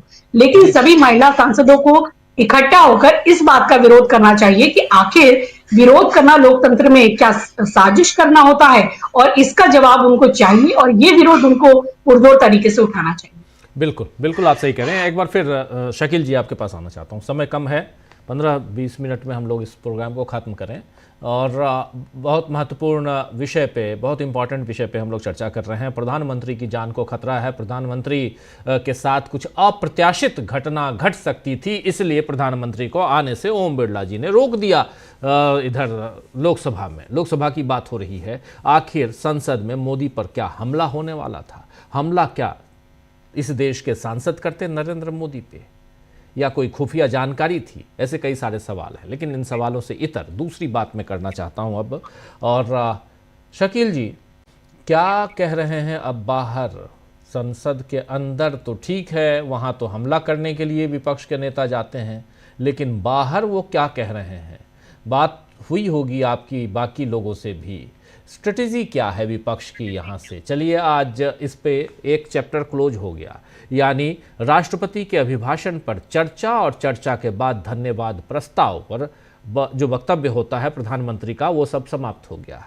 लोकसभा में ऐतिहासिक रूप से पहली बार काले अध्याय के रूप में लोकसभा में कोई भाषण नहीं, लेकिन राज्यसभा में उन्होंने भाषण दे दिया। चलिए यहाँ ये चैप्टर क्लोज, लेकिन आगे के चैप्टर में विपक्ष की रणनीति कुछ समझ में आई है, सामने क्या है? विपक्ष तो जो 8 सांसद निकाले गए हैं उनको लेके लगातार जो है अपना विरोध करता रहेगा, और इस विरोध को भी वो साजिश कह देंगे। अंशु जी ने अच्छा सवाल किया कि विरोध करना क्या साजिश होती है? होती है। इसीलिए तो उन्होंने ये नए नए शब्द इजाद किए हैं, आंदोलनजीवी, खान मार्केट गैंग, अर्बन नक्सल, और अब इन महिला सांसदों के लिए भी आप देखिएगा कोई नया शब्द आ जाएगा। अरे कल अगर आपको मालूम था कि महिला सांसद हमला कर सकती हैं तो आपको उनसे बुला के बात करना चाहिए थी। कल शाम को 5 बजे से लेके आज 3 बजे तक आपने कुछ नहीं किया। अगर संसद के अंदर ऐसा था तो आपको महिला सांसदों से अलग से मीटिंग करना चाहिए थी, उनसे बुला के बात करना चाहिए थी कि भाई ऐसा ऐसा हमें जानकारी मिली है, क्या है, स्थिति क्लियर हो जाती। आपने तो कोई बात नहीं करी, क्योंकि अब कोई भी धनकड़ होना नहीं चाहता। जो ऊपर से कहा जाए उतना ही करो, अपनी अकल मत लगाओ।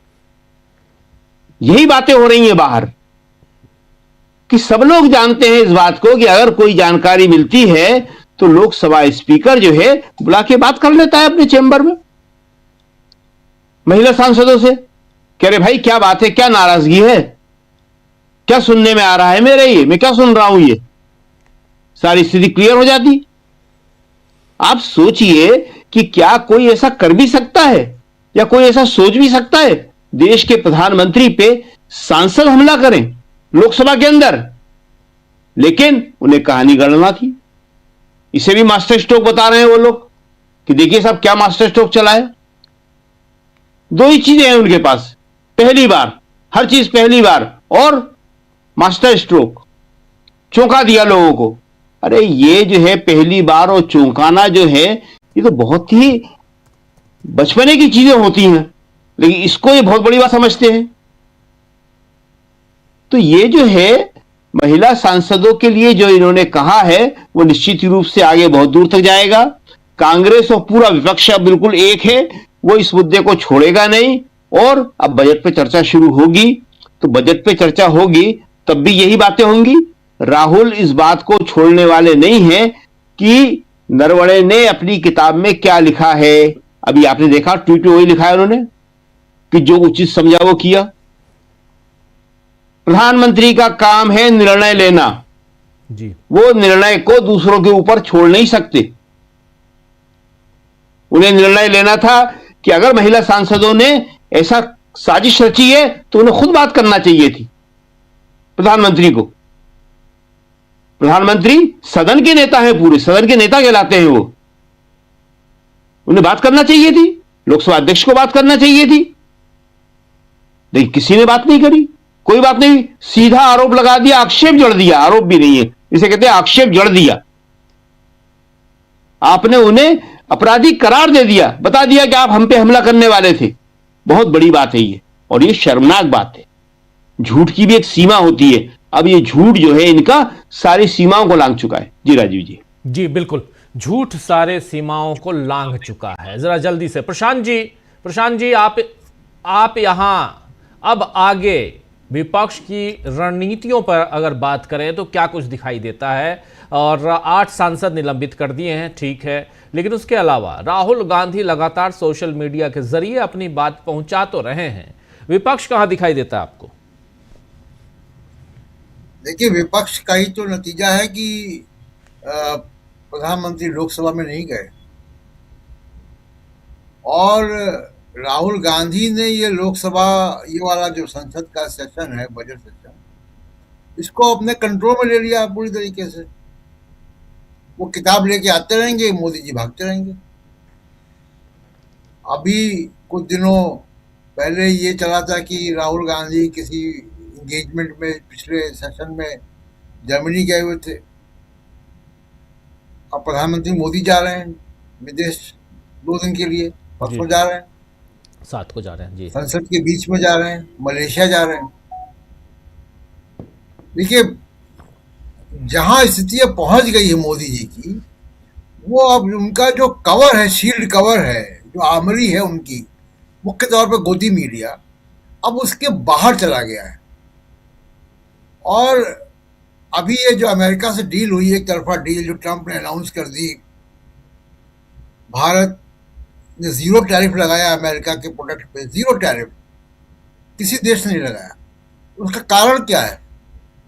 क्यों मान गए रूस से तेल नहीं खरीदेंगे, जीरो टैरिफ की बात क्यों मान गए? ये डील नहीं हुई है, बेसिकली ये ट्रंप के साथ युद्ध विराम हुआ है कि ट्रंप सीज फायर बोलना बंद कर दे, ट्रंप ये कहना बंद कर दे कि Indian economy is dead economy. तो ये बेसिकली सफेद झंडा दिखाया गया है ट्रंप को। लेकिन ट्रंप का इतिहास बताता है कि वो एक बार डील करते हैं और तो 15 दिन में कुछ और बात करते हैं।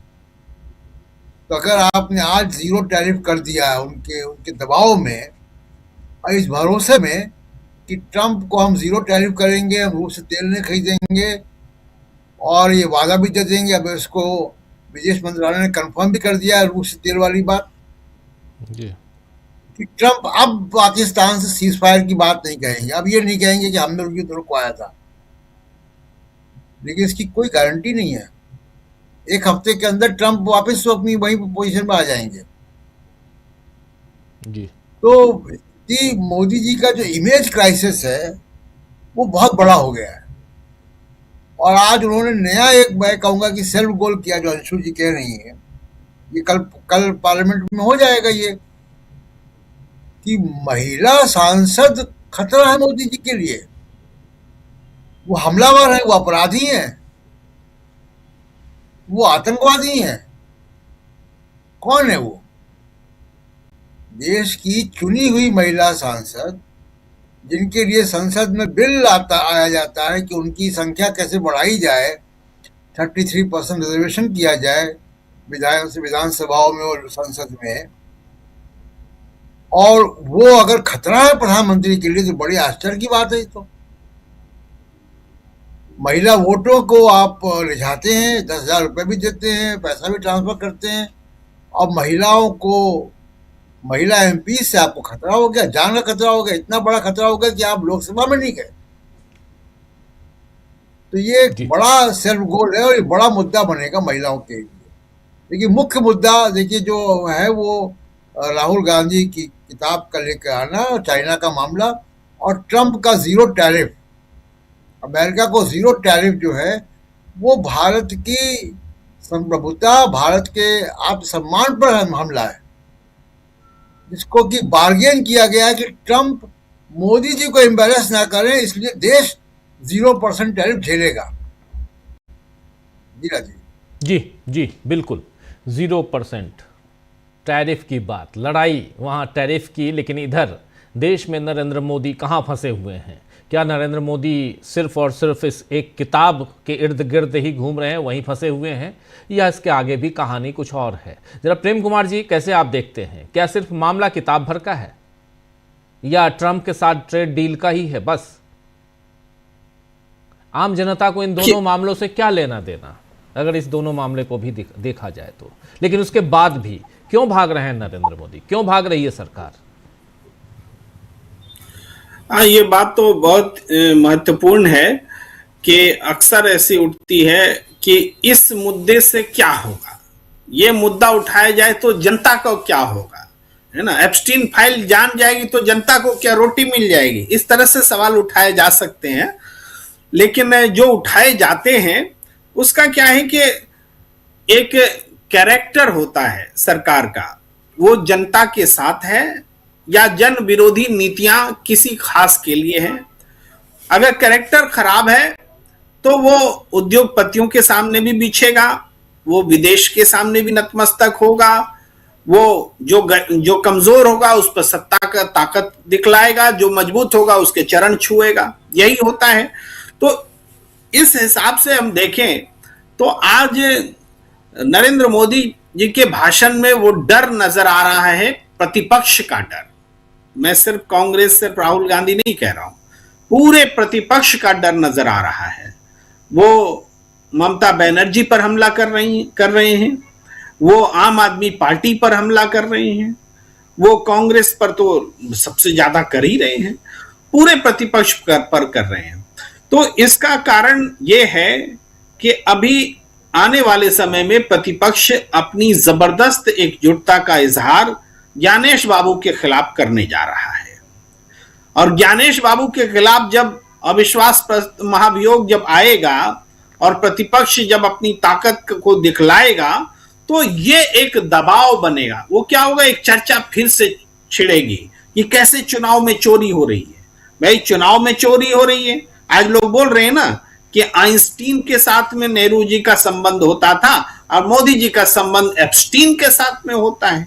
अब इस तरह से बातें होंगी तो ये चर्चा जब बनेगी कि ये चुनाव चोरी में भी आगे है, ये जनता की आवाज दबाने में आगे है, ये महिलाओं के पीछे छिपने वाला व्यक्ति है, ये ट्रंप के से दबने वाला व्यक्ति है, ये चाइना का नाम लेने नहीं देता, ये संसद में आरएसएस का नाम लेने नहीं देता, संसद में अंबानी अडानी का नाम नहीं लेने देता। तो इस तरह के से जो वातावरण बनाएंगे तो एंटी डेमोक्रेटिक है। तो कुल मिला के एप्स्टीन से रोटी नहीं मिल जाएगी। भाई आप नरवणे की किताब दिखा देंगे तो रोटी नहीं मिल जाएगी, लेकिन रोटी छीनने वाली शक्तियां उजागर होती हैं इन घटनाओं से, ये बात है। और परसेप्शन बिल्डअप होता है। जैसे एक समय चुनाव चोरी की बात लोग नहीं यकीन करते थे, लेकिन धीरे धीरे जो राहुल गांधी का संघर्ष है, कांग्रेस का संघर्ष है, अपोजिशन का संघर्ष है, अब लोग मानते हैं कि भाई चुनाव निष्पक्ष नहीं रह गया है। अब लोग मानते हैं चुनाव आयोग कॉम्प्रोमाइज्ड है। उसी तरह से लोग मानने लगे हमारा पीएम भी इंटरनेशनल लेवल पर कॉम्प्रोमाइज्ड है। ये भी मानेंगे और ये भी मानेंगे कि इनको केवल विपक्ष को कमजोर समझ करके उसको दबाने के लिए अपनी सत्ता का इस्तेमाल करना ही आता है। ये परसेप्शन जैसे बिल्डअप होगा, जनता उखाड़ फेंकेगी सरकार को। उसके लिए फिर रोटी रोटी का सवाल नहीं रहता है, डेमोक्रेसी बड़ा सवाल हो जाता है। जी बिल्कुल बिल्कुल आप सही कह रहे हैं, ये रोटी की बात लेकिन बहुत महत्वपूर्ण है यहाँ पे। जरा एक बार अंशु जी आपसे भी वही सवाल पूछना चाहता हूँ। विपक्ष की यहाँ पर भूमिका, रणनीति और खासकर ऐसे मौके पे जब पूरा देश देख रहा है, संसद की कार्रवाई चल रही है, लाइव टेलीकास्ट है, नरेंद्र मोदी उसका पूरा फ़ायदा उठाने की कोशिश आज करते हुए राज्यसभा में दिखाई दिए। बता भी रहे थे शकील जी, हम लोगों ने लाइव टेलीकास्ट भी देखा। वो पूरा अब चूँकि 5 राज्यों में, इसके बाद फिर चुनावी राज्यों में जाएंगे नरेंद्र मोदी, डंका पीटेंगे। लेकिन सवाल यही है कि आखिर क्यों भाग रहे हैं, ये सवाल भी तो पूछा जाएगा। अंशु जी, जो इनकी नाकामियां हैं वो किसी से अब छुपी नहीं है, चाहे ये अपना कितना भी डंका पीट ले। आज जिस तरह से प्रधानमंत्री जी ने बताया कि ये डील कर ली, एक अगर डेवलपिंग कंट्री की डील किसी डेवलप्ड कंट्री से होती है तो ये भी बहुत बड़ी बात है। उन्होंने तो ऐसा दिखाने की कोशिश की कि कांग्रेस के जमाने में कोई इस तरह की ट्रेड डील होती ही नहीं थी और जब से हम राज में आए हैं तब से ये डील होने लगी। लेकिन इस डील के पीछे क्या क्या शर्तें उन्होंने मानी वो उन्होंने नहीं बताया, और वो ये नहीं बता पाए कि कांग्रेस के कोई भी प्रधानमंत्री थे वो इस तरह झुकते नहीं थे। जब हमारी आर्थिक स्थिति इतनी अच्छी भी नहीं थी तब भी हमारी प्रधानमंत्री इंदिरा गांधी अमेरिका के सामने नहीं झुकी थी, या हमारे जो भी प्रधानमंत्री रहे हों वो कभी भी यूएस के आगे नहीं झुके थे। उन्होंने अपने स्वाभिमान को बरकरार रखा था, अपने एक सार्वभौमिकता को बरकरार रखा था, अपनी सॉवरेनिटी को बरकरार रखा था। लेकिन ये सरकार तो अगर कहा जाए कि अपने दोस्तों के हितों को बचाने के लिए, क्योंकि वहां पर अडानी के ऊपर जो केस है वो एकदम अपना इस लेवल पर आ गया है, उनके हितों को बचाने के लिए और उसके साथ जो उनका पूरा फाइनेंशियल चीजें जुड़ी हुई हैं उन सब तमाम चीजों को छुपाने के लिए जो देश के हित हैं वो उनको भी ताक पर रख सकते हैं।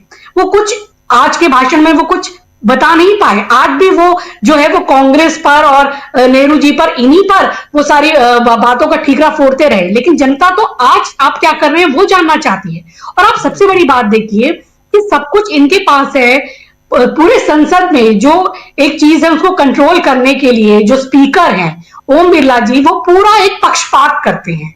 जबकि इनकी जो सीट है उसको बिल्कुल पक्षपात नहीं करना है, उनको इंडिपेंडेंट रहना है। लेकिन साफ तौर पे नजर आता है जब राहुल गांधी सिर्फ 5 पंक्तियां ही कोट करना चाहते हैं, वो तो कहते हैं कि किताब भी नहीं, जो छपा है मैगजीन में मैं उसी के हवाले से कह देता हूं, पर उन्हें नो नहीं इतना रोका जाता है कि रक्षा मंत्री से लेकर गृह मंत्री से लेकर और संसदीय कार्य मंत्री सब खड़े हो जाते हैं, पूरी बीजेपी खड़ी हो जाती है। और अनुराग ठाकुर जी अपनी जो है 80,000 की बेल्ट लेके कितने लाखों की बेल्ट है वो उसको छुपाने की कोशिश करते हैं, वो भी खड़े हो जाते हैं विरोध में। तो इनकी सच्चाई तो हर कोई देख रहा है। और जब राहुल गांधी जी को 5 ये पंक्तियां नहीं पढ़ने देते, लेकिन जो उसके बाद निशिकांत दुबे जो उन्हीं किताबों को लेकर, पहले तो ये रूल बताते हैं कि किताब से आप नहीं पढ़ सकते, अनपब्लिश्ड किताब से नहीं पढ़ सकते, लेकिन वही निशिकांत दुबे जब इतनी किताबों का कुछ भी हवाला देते हैं और उसके वो चरित्र हनन करते हैं पूरी तरह से नेहरू जी का या इंदिरा गांधी का या पूरे गांधी परिवार का, तब कोई रोक टोक नहीं होती। जब राहुल गांधी बोलते हैं तो माइक एकदम से बंद हो जाता है, लेकिन बोलते रहते हैं निशिकांत दुबे, लेकिन माइक एक बार भी बंद नहीं होता, केवल दिखावे के लिए कहा जाता है कि आप ये ना कहें।